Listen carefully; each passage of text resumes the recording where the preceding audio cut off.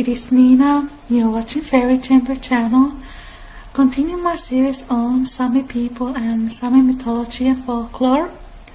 And this video is going to be about human nature and different spirits that are connected to human nature and human subconscious and overall human life, and spirits that have affected human life and their behavior in Sami culture and Sami folklore. So the first spirit is going to be Haltija, and Haltija is a spirit of a place in Sami folklore. And in Finnish we have word Haltija, which pretty much means the same thing, but it has slight differences. So the word Haltija, the etymology of it means that it's a possessor, it's the owner of something. So in Finnish we have word hallita, which means to control something, the verb hallita. We have Haltija, which means a ruler and the owner.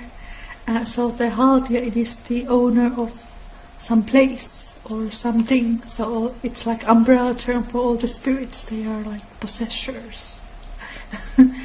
Pretty much the same thing, like word fairy is a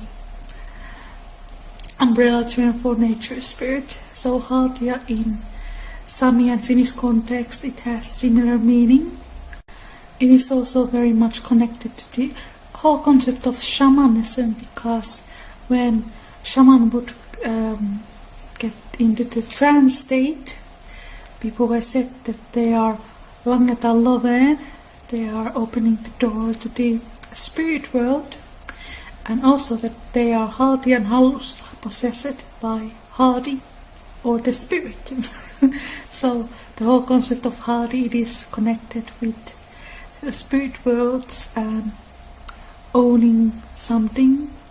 And in Sami folklore, the whole idea what is controlled by Haltija, it is very different, a little bit different to the neighbor people and tribes. In Sami folklore, Haltija was usually possessor of a place. Haltija controlled nature. So there was Haltija for a mountain, there was Haltija for a fountain, Haltija of lake and water areas, Haltija of hills and rocks and trees. And in Finnish mythology we have many nature spirits who do these possessions. But when we speak about Haltija in Finnish mythology and folklore, and same with like neighboring tribes like Komis and Maris and even Swedish people in the past, Haltija was really connected to something related to humans and built by humans. So there was Haltija in a sauna or in a house or in a stable or sometimes also in a forest, but they weren't that familiar to people like the Haltijas in the houses were.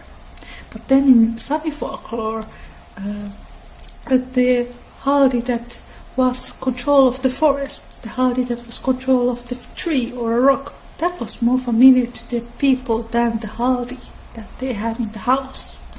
And the Haltija that they had in the house, that was probably a borrowed concept from some of the neighbors.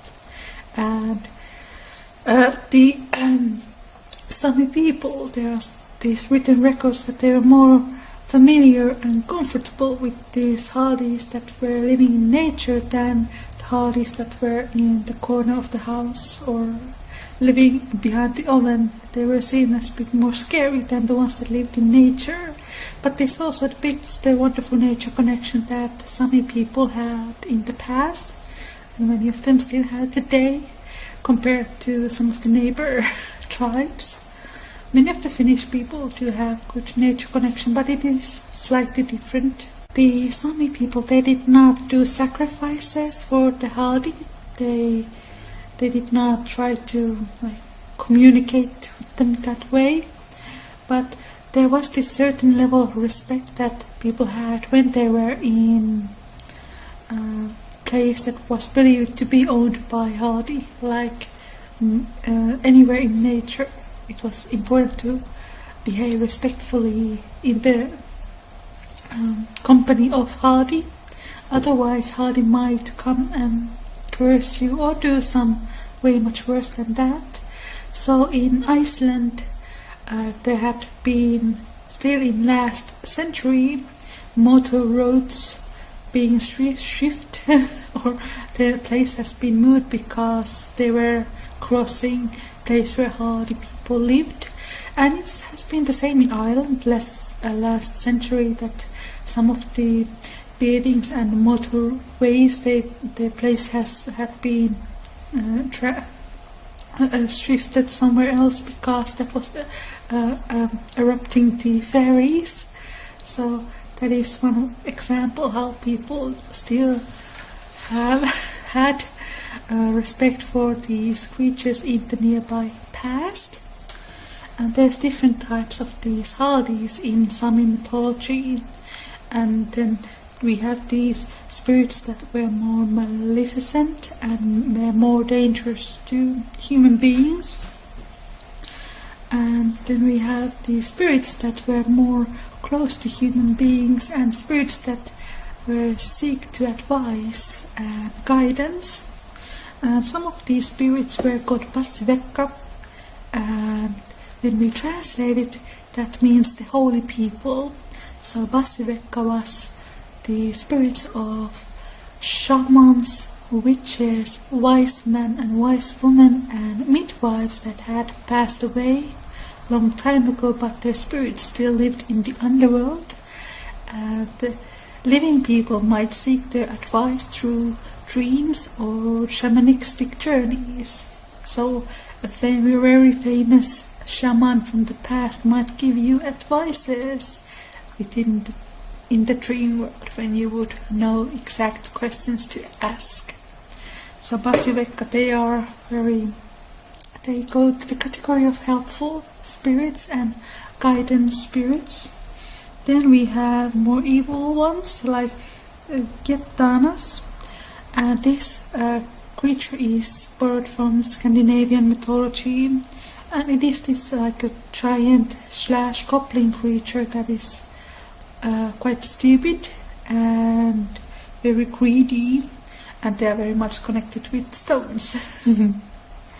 And then we have more giants that is called Vuvru, and this one is much more dangerous giant. This was a giant that wanted the life essence of humans, and it was believed that Vuvru could suck human brains out of them in night with a long iron pipe. But then people would protect themselves from Vuvru. They would put a chalice of water near the bed so that Vuvru would drink that during the night and not their brains, and would get the life essence from the water. So Vuvru, it was a creature that people were a bit scared of. And then we have Lavaretta or Lavarakku, and if you want to know the male version, it is Lavarukko, and female version would be Lavareukko. And this was a spirit that people scared children not to go missing. And Lavareukko was a spirit that lived in a tree or a bush or a stone, and that would snatch children. So this was a creature that children were scared of, that they should not go too far from home and get lost, because otherwise Lavarukko would snatch them. And then we have a creature called Skarru, which was a spirit of enviness and jealousy and bad luck. There's lots of these kind of spirits that were like spirits of enviness and jealousy in Sami culture. We also have them in Finnish culture and mythology. So Skarru was this kind of spirit that would bring enviness and bad luck for people, and people would protect themselves from it if they would do certain type of rituals to protect them, and they could also build a Seita, which is a Sami worshipping place or like praying place in Sami culture, and they should build a Seita from wood and bless that so that Skoro would not get them. Then we have another spirit of enviness, and that is called Korremas, and a more familiar name is Korto. And it was believed that when people would face people that were envy for them or jealous to them, and those people who were jealous to them or to you, they would send a curse to you, and this would mean that they would release the Korto, and the Korto would stop you to get any luck in anything.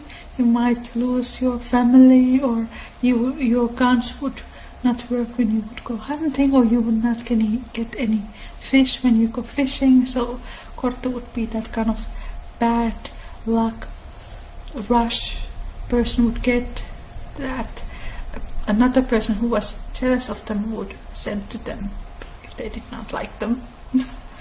And there was like different rituals also how to protect yourself from Korto. So Korto could be this like actual spirit, or just a spirit that would be controlled by the other witch or shaman or regular person with knowledge of the magic. So there's like many ways to describe this creature, and also it was used to control the whole communities, and in a good way, in this sense that people were scared of Korto if they would trash the community or houses or not behave well. So in that sense, well, at least when it comes to trashing, Korto would be quite useful. And also just to people needed to behave well, because otherwise Korto would come to them if they would break the rules that people had made together. And then this second spirit is quite sad one. It is called Aaras in Northern Sami, Apara in Finnish, and if we translate Apara in English, it means bastard. And Aaras was a protector of children, quite surprisingly. It's a protector of the wounded children, a protector of children that were hurt. And Aaras, it was a spirit of a child that was murdered, usually by the mother, or it was a child born outside marriage. And it usually would appear in those places where it was murdered, usually somewhere hidden, maybe in the forest or by the lake or next to a mountain or somewhere. So the ghost of Aaras would appear in those places, sometimes once in a year or sometimes once in every 7th year. And usually Aaras would appear in twilight. Surprise, surprise. It would quite often appear to those children that were abused or children that were having a hard time at home. And it was usually described to be a very unpleasant experience. I would imagine that meeting Aaras would scare someone. And but if this would happen, people would call the town witch or the shaman to find out the story of Aaras.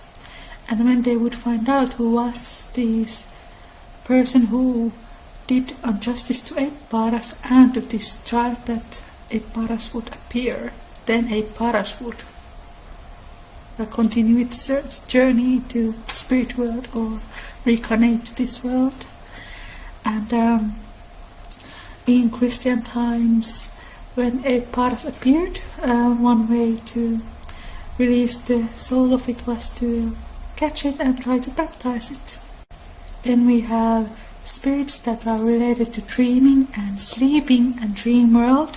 One of them is Karakkus, which is a Sami version of poltergeist, and Karakkus would appear to to haunted houses and make some noise there, or to people in their dreams, or while they were sleeping they would come and pick them while they were sleeping or create nightmares to them. Then there was also Deatan, who was literally a creature that represented nightmare, and Deatan would take a form of an animal usually.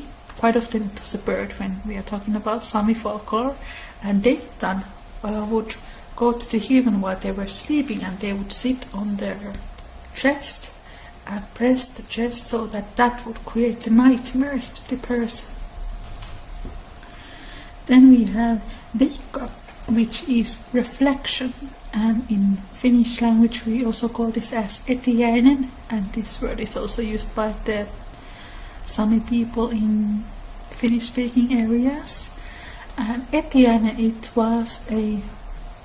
could be the reflection of the human themselves. You would see your doppelganger somewhere, the spiritual doppelganger, and usually this Veikka, it was a bad omen, when etiäinen could also be a good omen, but Veikka was usually a bad omen. Veikka, if you would see this spiritual doppelganger of yourself, it would usually mean death or bad news or some great danger. So Veikka would come to warn a person, or they might see Veikka in this future situation where you can see yourself or your doppelganger and something bad is going to happen to you. So when you see that in a dream or somewhere, you are prepared how to handle the situation. So Veikka is not necessarily a bad creature, it is a warning sign. Then we have Kopmi, who is a ghost, and I don't know if it's pronounced as Kopmi or Kommi. And we, in Finnish language, we have word kummitus, which probably comes from this word, or otherwise, vice versa, I don't know. But Kommi is a ghost, literally a umbrella term for ghost, and it can also mean any supernatural creature, so I guess you would call all these spirits as Kommis. And Kommi was a person who had unfinished businesses, or person who was killed or died violent death, and they cannot get any rest in this world until their death is revenged and they get some justice. So that is the story of Kommi. So these were some stories from Sami mythology, different creatures that represent the dark side of human nature and these reflections that humans have about the dark thoughts and evilness and all kinds of things like that. Thank you for watching, guys. I hope you enjoy this, and if you like my videos, please be sure to subscribe to more mythological stories. I'll see you next time. Bye!